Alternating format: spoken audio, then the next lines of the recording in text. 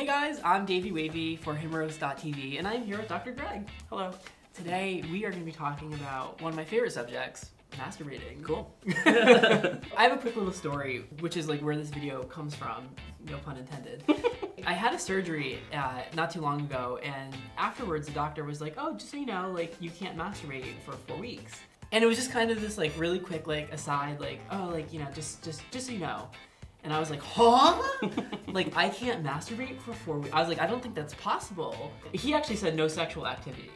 And I was like, oh, but I can still jerk off. And he was like, no, like nothing. So I went home and I was like, am I a freak? Is this experience I'm having normal? And so I was like Googling how often people masturbate. It turns out, according to the statistics that I found, whether or not they're true, is I masturbate a whole lot more than most people. How much do you masturbate? Probably once a day, maybe like 5 times a week. And statistically, they say that that's too much? Or It that's was more? like, oh, I was like in the top like 10%. There was more people that don't masturbate at all than that masturbate as often as I do. Wow. According to this data, which who knows where this is from, right? How did that make you feel? It made me feel like I spent too much time masturbating. And I figure, let's go straight to the horse's mouth. So, I guess you're the horse's mouth. I'm a horse. do I masturbate too much? You do not masturbate too much. Okay. I mean, plain and simple, you don't masturbate too much. That's the end of the video. Thanks for watching. In my clinical experience, I've had a lot of clients that come in and, you know, there's a lot of like fear or shame about masturbating, and I was surprised that a lot of people just don't really talk about it. Okay. It's a big kind of a taboo when it doesn't really have to be. I can't say that everybody masturbates, but I think a good chunk of Canadians and Americans, you know, like masturbate. And I have some people that sometimes have come in and they're worried that they maybe have like a addiction to masturbating, to porn and everything. And so I don't think that there's a safe number necessarily of how many times is too much. Like if you do 10 times a week, exactly. that's too much. And but 10 and a half, then, yeah, you know, right. it's the threshold. Forget it. Yeah, there are sometimes some people that chronically masturbate like 6 to 12 hours a day. You know, they have like an extensive porn collection and it really overtakes their life. Has it overtaken your life? It hasn't. It's added to my life, I feel like. Well, that's it. Is there a benchmark? Obviously, there's not a number, but like, how do you know if you masturbate too much? A big question, not only with masturbation, but with other things that might become like obsessive or chronic, is the question is, does it cause a significant distress or impairment in functioning? I think that's a big thing. So some people might masturbate 3 hours a day, but it's their comfort zone, you know, like there's no chafing. Also, if it causes physical injuries, you know. Well, I was gonna say, like, my dad spends like 6 hours on every Sunday, like, watching football. I thought you were gonna say something else.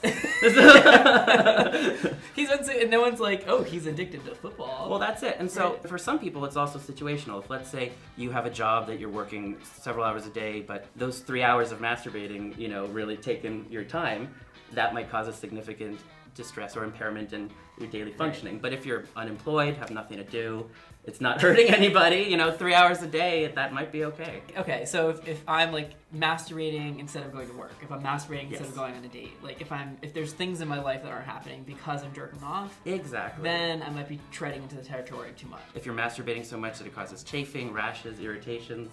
My dick fell off. Okay, so it's probably not good.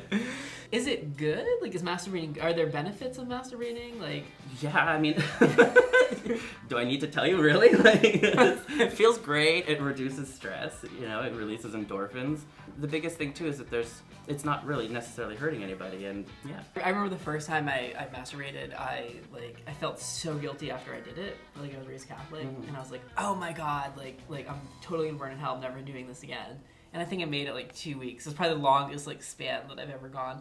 And then jerked off again, and it's just been lovely ever since. Yeah, it's something that like a lot of people do. Like, why have that shame, that added shame? I think I feel a little bit of guilt, or I used to feel a little bit of guilt around the fact that like some of the best orgasms that I have aren't with other people, they're with myself. Don't quote me on the exact studies, but some studies have shown that for some people, you know, getting off on masturbating is more pleasurable than having it with a partner. But that's not necessarily a bad thing, right? Like, you know yourself the best. Yeah, shoot. That's how I feel. If the best orgasms I'm having are with myself, then have more of them. Exactly.